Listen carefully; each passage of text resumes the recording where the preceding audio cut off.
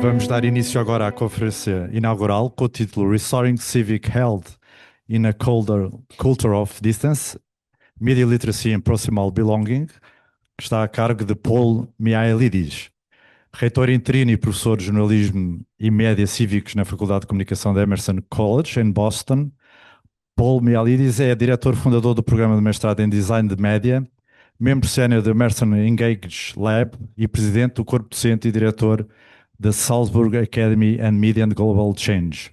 Publicou vários livros e mais de 80 artigos e capítulos de livros sobre a interseção entre a literacia mediática, os médias cívicos e o envolvimento da cultura digital. É doutorado pela Faculdade de Jornalismo Philip Merrill da Universidade de Maryland. Please welcome Paul Mihailidis. Okay, thank you very much for having me. I would like to first thank the informal group on media literacy and this Congress for this wonderful day, and thank you all for being here. I'd like to thank the faculty and leadership of the University of Coimbra. It's a beautiful place, and I'm very humbled to be able to come and spend time here with everybody. And also, and thank you to the organizers who have put in so much time and effort and been so helpful. It's not lost on me how that help goes a long way to making these events happen. So my name is Paul Mihailidis. I am excited to be with this group today and to begin the next day, 2 days of work, hopefully inspiring work and critical work and important work for everything that you all do in this wide space of media literacy and citizenship. I thought that today I would spend the next few minutes as starting off this day with providing a provocation for everybody, some ideas to think about some problems of our contemporary digital culture, and then some approaches that we are taking in my work, both in Boston and globally, to actually recenter human values in a media literacy practices. The goal today will be to provide some insights and hopefully to provide some challenges or ideas that you can take with you through the next few days, if nothing else. And I will start by just sharing a little bit of context, but the dean's words around strange times indeed, it's a very interesting approach to begin our notion of thinking about why I said restoring civic health in a culture of distance. This doesn't seem very related to media literacy yet, but what I want to do in my talk today is really start by framing a problem, a very human problem to how we engage with media in our daily lives and the ways that interacts with our ability to engage with other humans. We'll use that to then think about media literacy from this perspective of proximity and action taking. Push us to think about media literacy, not just teaching people how things work, but how to intervene in the way that our daily life works, and interventions to promote people being together in solidarity towards common good. And this, I think, connects to the theme very closely and hopefully connects to the work you'll be engaged with in the next 2 days. So I will start with framing a problem, something that has been anchoring my work for some time now. And the work here, this problem is a recent publication around restoring civic health in a culture of distance, and a new book that's going to be coming out in about 3 weeks called Equitable Media Literacies. And the ideas in that new book will be shared here as well. And it's exciting to be able to share that new book with you all, since it's just now coming out into the world. So this is a quote that has been with me for maybe the last 5 years or more in the media literacy research and practice that I do. In working with groups of young people from around the world, I'm continuously inspired by this idea of, in a deeply mediated society, how we actually struggle with the rigors of the human condition. Now, I ask that rigors of the human condition, that my argument says that Michael Bugeja, who wrote this wonderful book, some years ago, that's gone through a few reprints, Interpersonal Divide in the Age of the Machine, he argued this idea that we've begun to struggle with the rigors of the human condition. And I'm very taken by this idea. Now, these are just some of what he articulated and I added to in terms of thinking about what ways that we engage with others in human world. In this room, we're in close proximity physically to each other. We can feel each other. We can see each other. It's very nice and cozy in here. So you can see when I smile. You can see when I make a mistake. You might not understand things, but this is engagement, right? And so the argument at the beginning of what I've been thinking in the program we run in Salzburg, that I know some people in here are familiar with or have participated in, we really think about when you bring people in close proximity and try to teach them about media, when they connect in with some of this conversation, dialogue, connectivity, meaning, love, disagreement, friction, commitment, compassion, sharing, imagination, amongst everything, right? These rigors are very important for us. They're very important values that we use to engage in most things we do in our home, in our family, in our place of work, and in a media literacy context, in the way that we engage with media in the world. How these recreate themselves in mediated environments is really important. So the way that I want to set this problem for us today is to think about this idea of our deep mediatization. I don't want to go yet into things like disinformation and AI or immersive technologies and their impacts on us. We all see the impacts. We read the stories. We understand some of the ways in which those things are fearful, some of the ways they're optimistic, some of the ways they're fun. I'd like to pose this problem for us thinking around media literacy as one of distance and proximity. To me, this provides us a framework from which we stop saying good or bad with technology or positive or negative. But as media literacy educators and practitioners, I like to understand the way that media literacy practices happen as how close they bring us together with other humans in pursuit of social change, and how much they can actually intervene into the distance we've been inserting into our daily life. If this sounds confusing, just bear with me. I'm going to use an example that might help us make sense of it, okay? And if not, it will just be confusing for 2 days, and that's okay too. So let me just, I'll give a metaphor, but this is a great, Douglas Rushkoff wrote in his latest book, Team Human, around like, we have these communication technologies at our disposal, and they create wonderful efficiencies in our life. More access perhaps to medicine, more access to information, like the speakers who introduced the conference were telling me, more access to information, more ability to engage with others and communicate than ever before. We understand that this is the role. Our culture is composed of more mediated experience than of directly lived ones. These are things that are now becoming more central in our lives. And Douglas Rushkoff argues that we are more alone and atomized ever before. And I want to say this perhaps through this example, like of distance. So if I say this of proximity and distance, you know what picture this is of? Right, this is of traffic. This is going to be a very sophisticated way that I understand proximity and distance and what media has done to our lives. So this is a picture. Many of us, I've understood this being in Lisbon for the last 2 days. My institution, Emerson College, is in the middle of Boston. So I understand the idea to get, if anyone's been to Boston, it's an old city in the United States, so you don't have many large motorways. When I was starting to think about media and its insertion in our daily life, I started reading about cars, and that was very depressing. So no one should ever be researching automobiles. There's not much positive that happens. But I started thinking about this experience of the car and the feeling of being alone in the car when you're in traffic, right? We are in metal. We are in close proximity with other humans, but we are surrounded by metal and glass, correct? So now I look at this. Does anyone know this? This is a picture. This was taken. I took this picture amazingly before the Louvre robbery. But this was my experience in the picture. So you see what everyone's here? This is an experience we're commonly with, and this will frame some of where I think media literacy goes.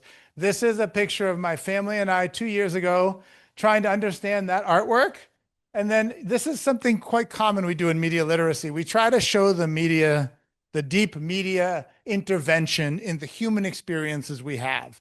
So we see all of these, and everyone is trying to capture this, right? Humans in close proximity with others, using the same metaphor as the metal and glass of this technology, keeping us in close proximity to others, but surrounding us in a way, shielding us from those rigors of the human condition, right? So this argument for me has shifted the way that I think about what media literacy intends to do in the world, which is actually perhaps not to fight against having this, but to understand ways to navigate around or break the metal and glass in some way. So just to finish this metaphor of driving in traffic and being mediated, right? Like the idea is that these technologies, both the automobile and the phone, historically might be some of the biggest in the world. And you can see here from a few ideas of they expand physically where we can go, they broaden communities, they provide flexibility and autonomy, and they create needed efficiencies, right? We don't, again, this metaphor for me is not for us to think about digital media as positive or negative, but to think about the way it's changed our relationship to each other and our communities. So these are things that I think happen as I read about automobiles. They promote individualism, right? So when you're spending more time engaging in this technology, as you spend more time in the car, you are atomized and alone. These ask us to make quick judgment without the rigor of human interaction. That word again, like the first thing happens when you're in a car. This happened today on our drive up here. If someone accidentally cuts in front of you, what's the first thing you say in your head? I hate you. I hate you. You're an asshole. This should not, like, what are you doing? We don't often stop and say, maybe you're in a rush because you have a sick child at home, or maybe you just heard bad news and you're not able to concentrate. We quickly treat humans like they are like something that's doing something bad to us, right? But then we quickly have to negotiate all this information in real time, and then we forget.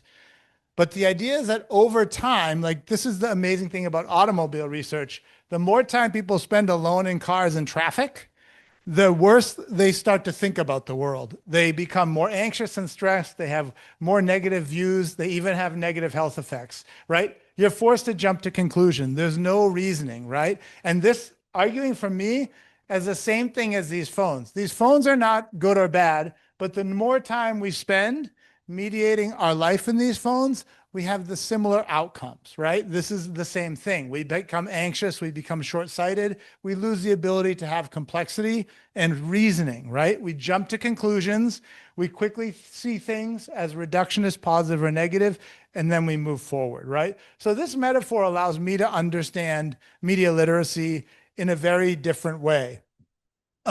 Through this concept of like over time. And my argument here, if everyone's still with me, does everyone still get this? I don't even know if I understand it, but let's keep going.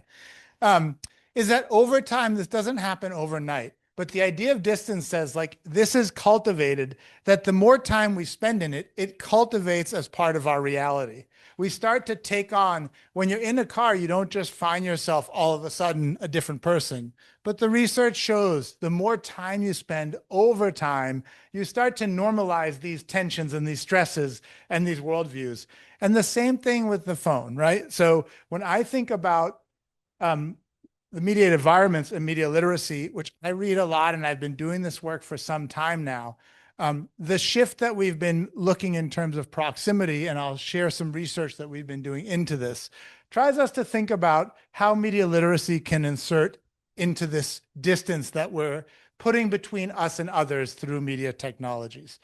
So if we think about mediated environments and distance, there are three major things for me that contribute to this. So obviously like platforms, as an argument of like platforms remove relations. And this is just some, interesting, I should mention that like the research that I'll share today was from a large fund in the United States, which was funded in a time when the United States felt very differently.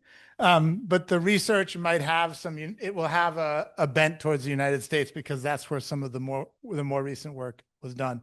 But in our research, we read a lot about platforms as removing relation because Jamie Susskind talks about unaccountable power that platforms accrue, and they do so inadvertently through creating efficiencies, right? But what they do is they prioritize this individual approach to our experiences in the world through the lens of communication.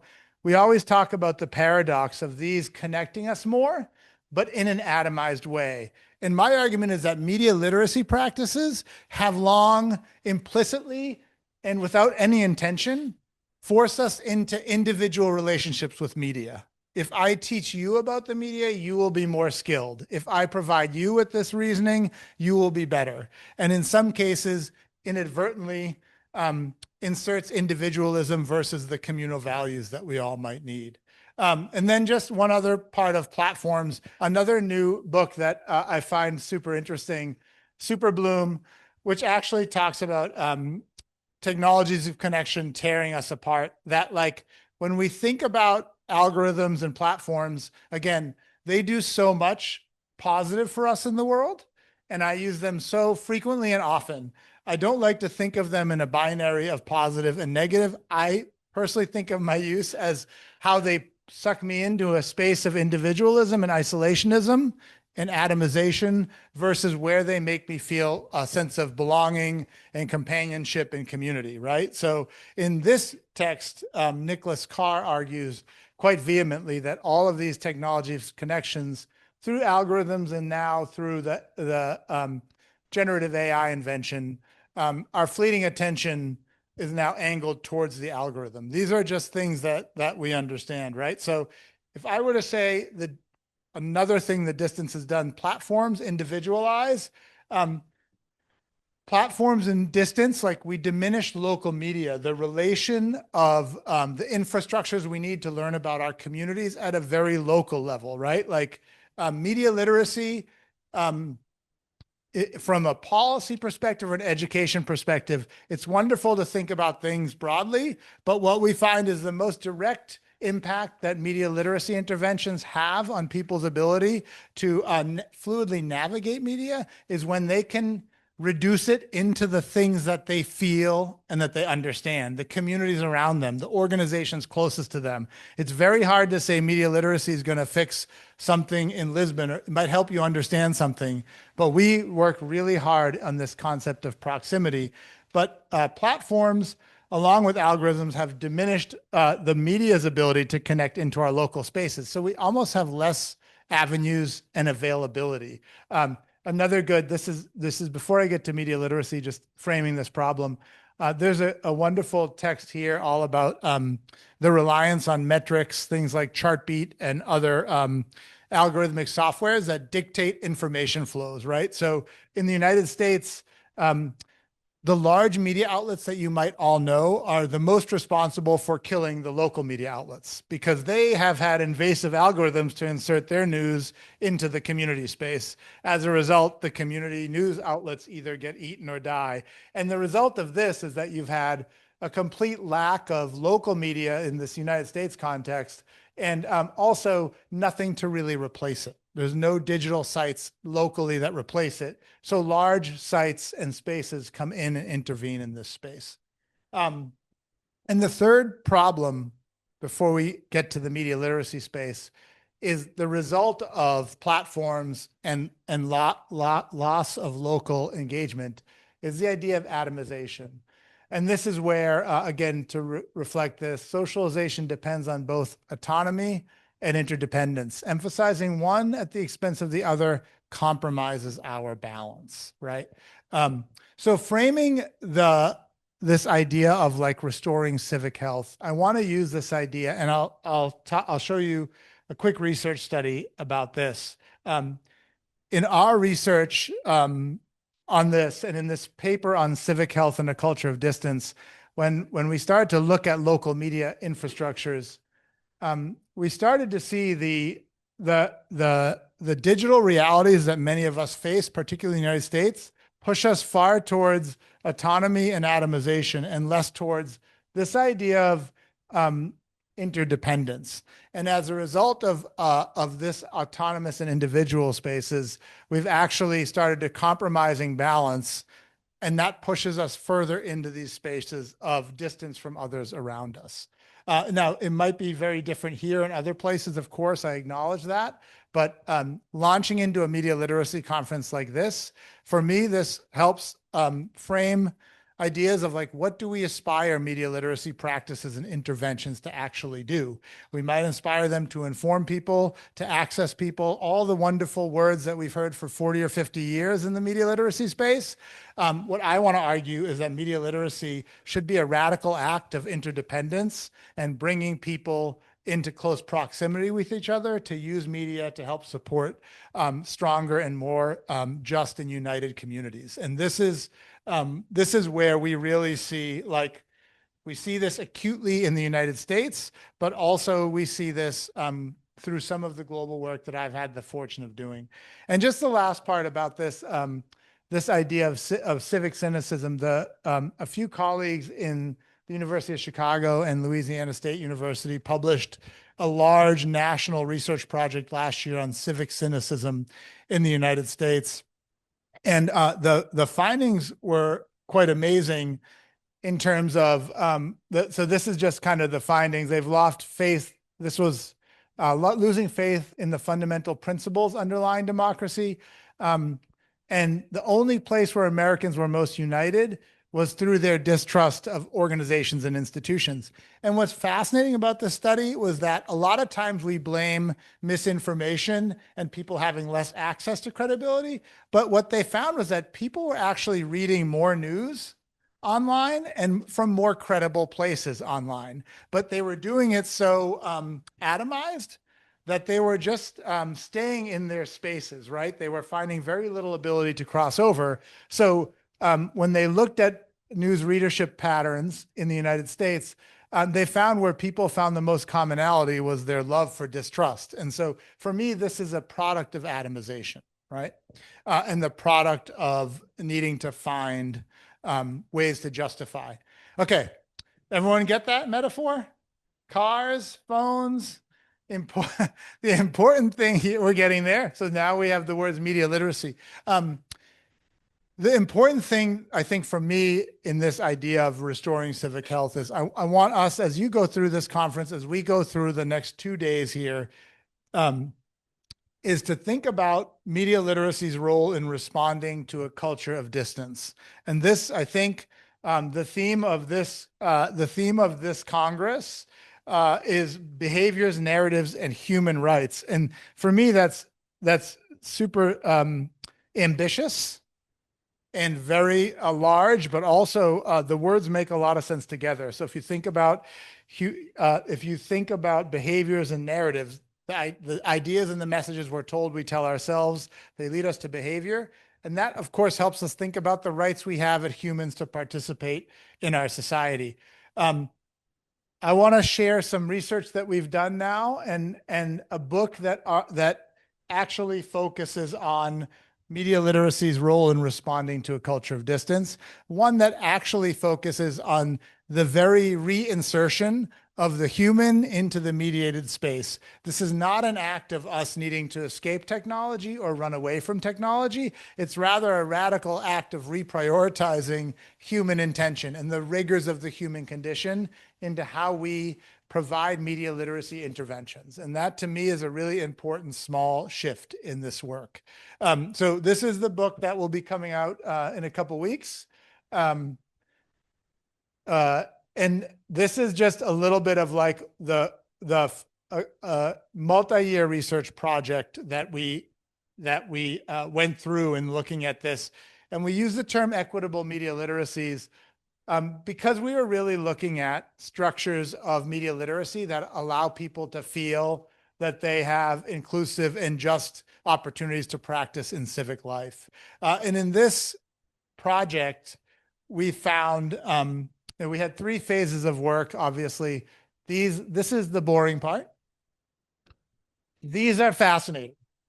No, just kidding. It's all very, very interesting, or all very boring.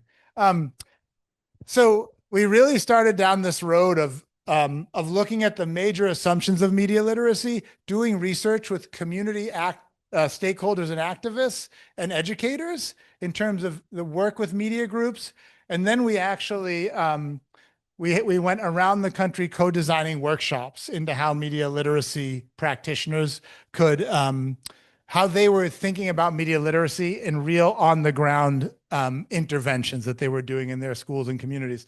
And we came up with a field guide approach that is all about recentering the human in media literacy. So one of the ways that we started with our assumptions was that there are these skills here, and these are words that I think you all are familiar with in terms of the way that media literacy is currently asked to respond, right?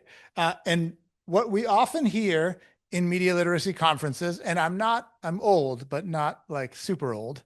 So what we often hear is if we just have more media literacy, it will make society stronger. So as we get more AI, as we have more online reasoning and more misinformation, we just need to teach people more, right? And I actually think that's very true. Like these skills still matter, but they will not matter if you do so in a culture where platforms, atomization, and no local infrastructures exist. You can teach people more without recentering ways they can use that. So the challenges in the media literacy space is that, and I will quickly talk through them through the research we found. So through this kind of boring part of our research, we came up with 3 dominant assumptions and 3 challenges, right? So the assumptions here that our research showed, the individual is still at the heart of media literacy education and practice, right? It still is a very, in a lot of the interventions, and this of course is from my experiences, is very, it's somewhat transactional. If we just teach people to do this more, it will anecdotally connect to things like stronger society, better community. And that is definitely true. We should not start doing that, but we need to start thinking about this idea of like, what are ways that media literacy brings people together? And how does it do so with great intention? Practitioners still share a commitment to civic health, but they struggle to activate these ideas. So we all want media literacy to help fight misinformation, to bring rigor and diversity back. But we're not really sure if the things we're doing actually do that or how they do that, right? We struggle to activate these ideas. There are some great examples in our research of things that work well and where we've struggled. And I'm like the leader of failing at this. I don't really have a conscience. Like I've tried so many things that I think would be helpful through research, and some of them work and some of them don't. And the biggest thing for me and the way that I approach this is that engagement in community remains elusive. So I think it's important for me in our work to actually share that, media literacy as a principle is everything to everybody. It's all contextual. It depends on, as colleagues of mine that research this space know, it depends on the community you're working with, the context you're working with, the populations. It cannot be disassociated from the very human things situations you're working in. But across it, what that means is very hard to understand, right? Community remains elusive. So the work that we're doing here in our media literacy work that I want to share with you today that's hopefully helpful is thinking about recentering proximity and media literacy practices and understanding the time. I want to put this model forward, and then I can share with you spaces to learn more about it. But my provocation for all of us that are in media literacy research and practice is thinking about this idea of what does it mean to recenter proximity into media literacy practices? This is something that I think about quite often in my own work, both as a professor and now as an acting dean at my college in Boston, but also in the type of research and practice I do. So we found this as a response, and I'll show you this, that those people in closer proximity with each other's are more likely to form relationships, engage in collective pursuits. So this, to me, this is something that's thought of in economic spaces quite often, social sciences. The idea of proximity, the more we can be engaged in very human endeavors together, so neighborhoods, and it's not perfect, right? But it's enough. The more we're in closer proximity with each other, the more likely we are to kind of maneuver beyond the divides that we see in our mediated spaces quite often. So the proximity principle for me is like, how do we actually how do we actually center proximity in media literacy practice? And the way that we've done this, and I want to just share a little bit about this, I'll show you more what these mean, is that we, through our research project, which is articulated in our new book, we challenged these assumptions of media literacy's individual pursuit, of its anecdotal connection to community, and of its ability to actually produce civic health, that we're always chasing technologies. And we actually, through interviews, large surveys, and workshops with educators, we created a field guide that tries to re-implement proximity into a media literacy learning experience. And so this, I will go to the next slide now, even though I like this connecting the dots road map here. We designed an intervention where people can actually go through a media literacy experience in different stages that you can go together. But this, again, this is a beautiful artwork. I quite like it. And it's about proximity, right? It's about that human spaces that guide our mediated pursuits. And so in our intervention, we talked about this in terms of like, we designed a process that re-centers the human priority. So in any media literacy experience, oftentimes people start with the mediated experience. If we want to learn about politics or the environment or health, we look at media representation and access. We ask to go into there. Our work with educators, actually, in our work in Salzburg, it actually asks us not to start with the media, but to start with our self-awareness of our social location, our resources, what we're connected to, and why it matters. And then we move into this idea of developing a culture of care for media literacy learning environments through an emphasis on relation. So we ask ourselves, we talk about this idea of caring, like online and in digital lives, we care a lot about things. We actually care too much about things to the point where we're constantly yelling. But that has replaced a lot of our cognitive ability to care for things. So how do you differentiate caring about everything versus taking time and resources to care for things, right? So we ask young people in schools, how do they actually understand what they care about, and how do they actually signal effort to care for those things, right? And then we actually ask them to step out of the frame of the reality and inspire opportunities to imagine better futures with and for media in our world. So we are constantly reminded by the work of the Civic Imagination team led by Henry Jenkins, saying that we cannot break free from the constraints of the problems of today if we cannot imagine better worlds in the future. And then, this is interesting. We come down to here, right? Like, then we think about, we're not doing media literacy work that then we put into our communities, but how you can actually use media to bring communities together across cultures, across differences, across divides. And then we look at this as a collective act of how do you build enabling media environments that support healthy futures for all, whatever we might call it. In the United States context, we call it democratic futures. We might call it healthier civic futures overall. The idea of this map here is to actually recenter this idea of, like, if we start from media literacy from our own experiences, why we care for things, then we start using media in this space, we can then start talking about access, awareness, evaluation, creation in the context of things we care about and understanding why we care about. It's a slight shift to recenter proximity in our media. So a few examples of this, media literacy as relational caring, right? We take everyone through an activities about how do we signal affiliation towards thing we care about. We want to have healthier school lunches or cleaner beaches, or we want to have less trash on the roads. How do we signal affiliation towards these ideas? How do we take action? And then how do our practices support how do these practices support inclusive and healthy civic practices? So how do the decisions we make influence it, right? Only when we can answer these questions can we then start talking about the media. The entryway into media literacy this way, it starts by centering ideas and us, and then it uses media. So this goes to my idea of like reinserting proximity into the middle. Again, media literacy is small acts of civic intentionality. This is just simply another way that we think about enabling media environments. How do we actually produce and reproduce a sense of being in the world with others towards a common good?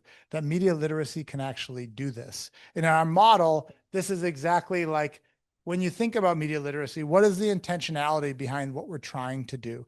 It doesn't need to be, we're trying to change the world. It can be very small, of working with a group of 9-year-olds to have their football pitch have a better grass infrastructure or have better connection to the people that they play with. It can be very simple ways to think about how you use media to be with others towards the world in common good. And just to end the last part of this, one way that we think about media literacy is through this idea of middle ring encounters. And this is part of our research that talks about what platforms have done and what we're trying to reestablish. So in this vanishing neighbor argument, this is a social scientist from another university in Boston who writes, what social networks have done have really created amazing inner ring connections. They've actually created very strong connections always to close friends and family.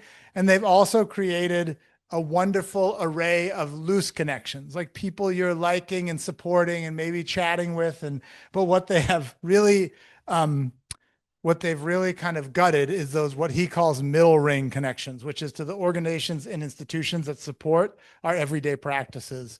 And so media literacy in this sense becomes about reestablishing middle ring encounters. So how do we actually connect to the organizations and the people in our proximal environments? And so these are some of the things that support our work. And then lastly, I'll just end here with media literacies and reservoirs of goodwill. So this is kind of the end of our book, really talks about, how you actually do this. And I want to end on a couple of points, is that we're asking media literacies in this equitable frame to return to what makes strong infrastructures work in the first place, a focus on people and their commitment to each other. Is that if media literacy continues to chase new technologies and misinformation, it will continue to chase it. And that's very necessary. I would never say we should stop doing that. But as someone that's interested in local institutions and infrastructures and change, media literacy cannot continue to start at the intervention of teaching people how media works alone. It needs to actually bring us back to a focus on people and their commitment to each other. And restoring this is not about shutting technology off or saying that we're going to go back to some wonderful place where we all meet together and talk all the time. That's not going to happen. I have a family and I totally get that. But it's about striving to prioritize the values that make us human, right? And those are the values, the rigors of the human condition. So when we think about media literacy designs, that we reinsert those values with great intentionality into our daily routines with and without media. And I want to end by, the model that I showed you is available here, and you can look at all the lessons that we've built and the approaches in to the 5 maps, and it's all available for you.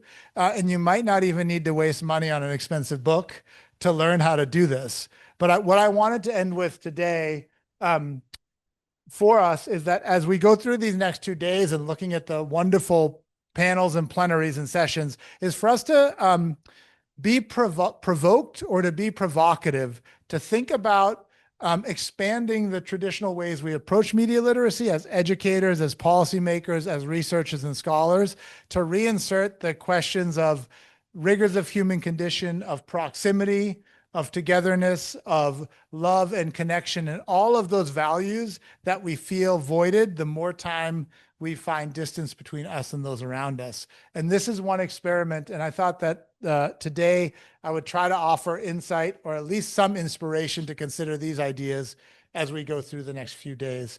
And with that, I'm going to thank you all so much for listening, and and welcome to the conference. Open for one question. As we are running against time already, I'm going to open for one question. Is anybody willing to put a question to Paul, please? Just one. Okay. It has to be really, really.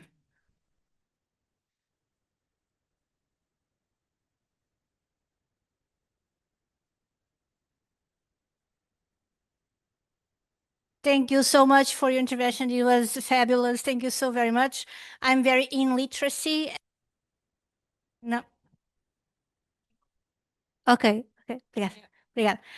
Literacy and also in journalism. I took some words from you: proximity, community, and civic cynicism. I was asking the role of desert information in schools and children, and as you said, we just need to teach people more in reading and accessing information to dilute that borders that you talked about. Thank you very much.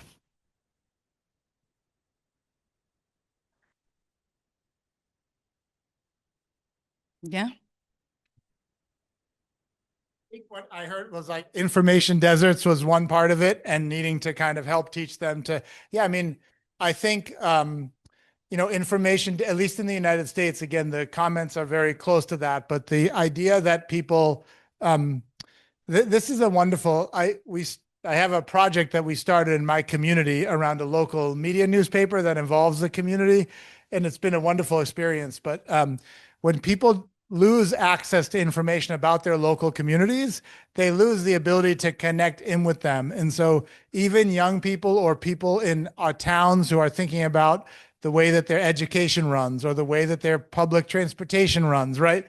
It's increasingly hard to find relevant information around that. And so when you think about media literacy practices, we really start to think about those gaps as very real gaps in people's lives, and then how they can design media to solve that. And that practice is much stronger than thinking about how media represents these issues. Starting with designing something connected to them and then talking about issues is really an example of how this proximal approach to media literacy works. Okay, that was a wonderful one question. Thank you for asking, and thank you again. I appreciate it.